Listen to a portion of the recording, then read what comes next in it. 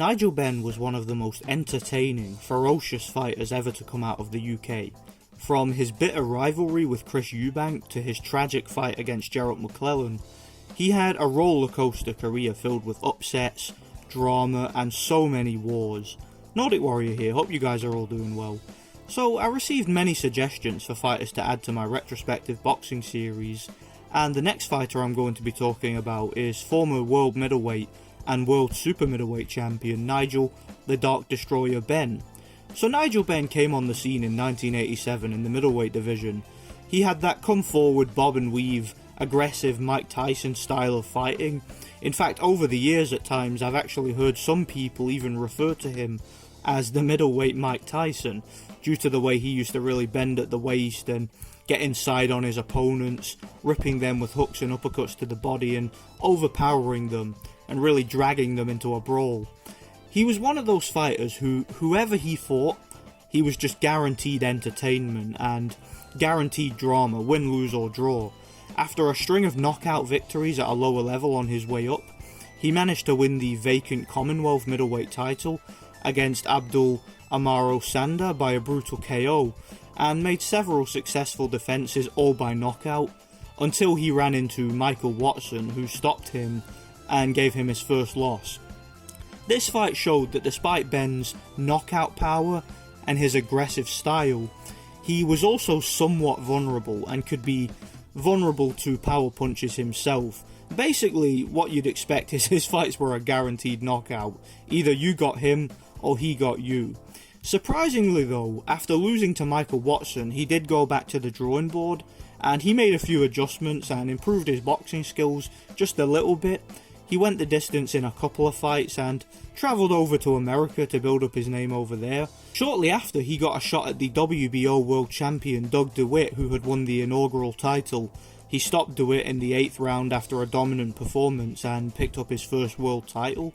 He made one successful title defence, destroying Iran Barkley in a round, and then had his first fight with his bitter rival Chris Eubank in what was a fantastic fight and one of the best fights of Benn's entire career in my opinion. He was stopped in the 9th round after himself scoring a knockdown and actually being ahead on all three of the cards. The fight with Chris Eubank, despite being a losing battle, gained both men a lot of fans, and it kicked off a bitter rivalry which lasted many years and became what both men today are actually most remembered for. Shortly after losing to Chris Eubank, he moved up to the super middleweight division and campaigned there for a while, and after a few lower level fights he took on the veteran Tulaini Sugarboy Malinga and won by a very close disputed decision. He then travelled over to Italy and took on the WBC world champion Mauro Galvano in his backyard. Benn won the fight by a unsatisfactory 3rd round corner retirement after Galvano pulled out with a cut. A disappointing fight that ended prematurely but got Benn his first world title at super middleweight, making him a 2-weight world champion. His first title defence was against the Welsh contender Nicky Piper. After a brutal war, Benn stopped Nicky Piper in the 11th round. He then gave the former champion Manuel Galvano a rematch, and this time they fought in Glasgow. Benn outpointed Galvano in a fairly competitive fight and won by unanimous decision, proving that the first fight wasn't just a fluke. He stopped Lou Gent in 4 rounds, and then had a long anticipated rematch with his rival and now WBO super middleweight world champion Chris Eubank. This fight was a unification and Benn's chance to avenge his most disappointing loss, since he felt that he could have won the first fight had he just kept his emotions under control and not been so overly aggressive. Benn and Eubank once again went to war. It was a very close and very competitive fight over 12 rounds. Most observers were of the opinion that Benn had done enough to win the fight.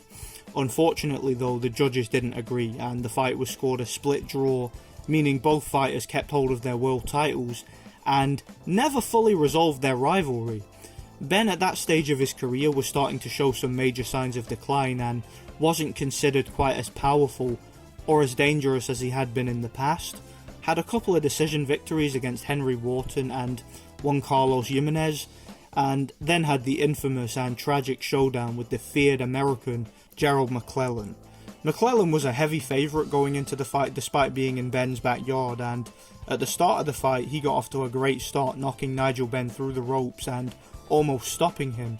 Benn managed to get back in the ring and barely beat the count, but McClellan then got right back to work and started to break down and outwork McClellan. Benn was dropped for a second time in round 8, but McClellan was visibly starting to tire, and the tenacity and ferocity of Nigel Benn proved to be too much for him.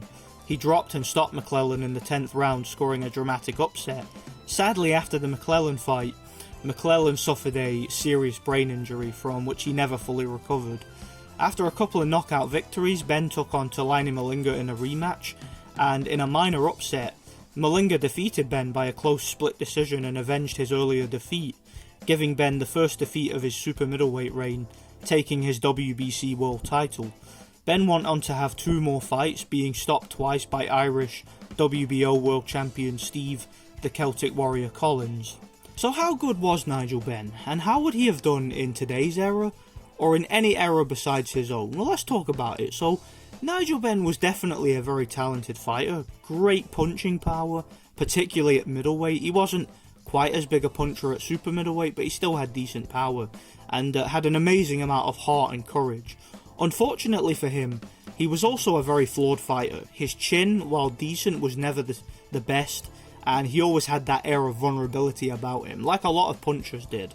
A modern day equivalent of someone like Nigel Benn would be, if you look at somebody like David Lemieux for example, or a Dmitry Kudryashov, big puncher, lots of heart, but an air of vulnerability that many big punchers do have. As far as I'm concerned, Benn was a fighter who would have been a hard night for anybody. He's, in my opinion, the type of fighter who, if you underestimate him, he'll beat you. Kind of like Jarrett McClellan did. He underestimated Nigel Benn and ended up paying the price and ended up getting beat by him. Many people, including myself, think that if Gerald McClellan had been a little bit more tactful and a little bit more respectful of Benn's abilities, he probably would have won that fight handily. But he just wasn't prepared and didn't really see Benn as a threat. Likewise, if a lot of today's middleweights or super middleweights were to fight Benn, they would have to be very prepared to go to war because he had a tremendous amount of resilience and proved on occasion he could get off the canvas to win. When I think of some of the middleweight fighters of today, let's say if Benn were to fight somebody like Demetrius Andrade or Jamal Charlo, those guys would have to be on their game for all 12 rounds to get the better of someone like Benn.